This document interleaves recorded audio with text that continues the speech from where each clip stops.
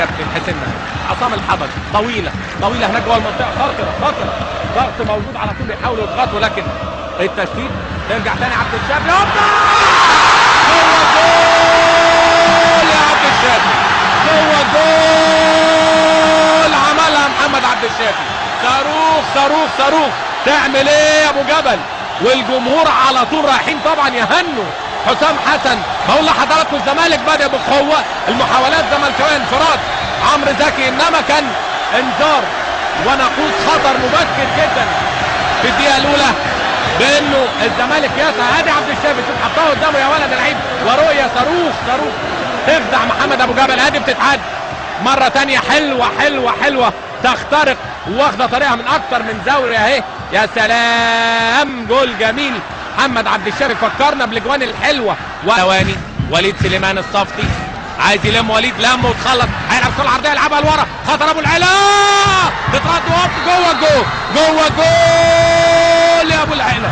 قلت لك خلي بالك من وليد سليمان، هو مستني الكره دي من بدايه المباراه، عدى وفات بسن الجزمه ويعمل العرضيه لورا بذكاء كبير جدا، لان احمد عبد الظاهر كان اتمسك، عملها لورا لابو العلا اللي جاي مش متراقب تمام، يلعبها ابو العلا تخبط في ايد الحضري وفي القايم اليمين وتتهادى داخل السباق عشان يتعرف. شوفها تاني، يا سلام عليك يا ولد، يا سلام يا ولد، شوف الرؤيه ده جول الرؤيه. بصت وليد سليمان دي، ما رضيش يلعبها لعبد الظاهر لانه اتمسك هنا وبص لابو العلا، وابو العلا عملها فيها والله ايه حسام الحضري، لكن في القايم اليمين وتتهادى عشان الدقيقه 36 يتعادل في مرمى نادي السابق، النادي اللي اتربى فيه وقضى فيه فتره طويله من عمره، لكن بلغه احترافيه خلاص مفيش اي مشكله. يسجل محمد ابو العلا هدف التعادل وتصبح النتيجه 1-1.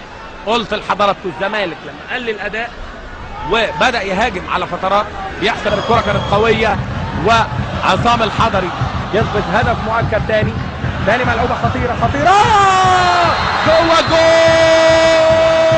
يا ناصر، جوه جول محمد ناصر.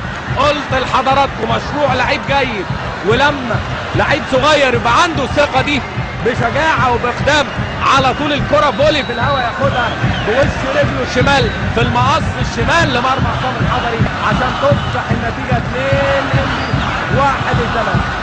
بدلت خطأ كويس ومفيش رقابه عليه ابراهيم صلاح اهو. شوف حضراتكم قاطع اهو، الراجل بدا يقطع اهو، اتحرك بالكد وحطها بشكل رائع ويحط الهدف الثاني لانبي وتصبح النتيجه 2 انبي.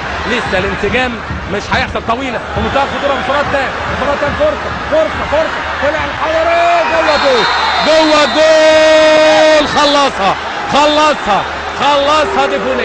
خلصها ديفونيه في غفله من دفاع الزمالك. قلت لحضراتكم دفاع هجومي كبير جدا، لجوء لكل الاوراق الهجوميه مع تخلي عن حذر من وسط الملعب وحذر دفاعي، استغلوه كويس جدا. انفراد تام عدى بعد ما تخطى الصفتي، حاول فيها فتح الله، النتيجه على وجوه لعيبه الزمالك.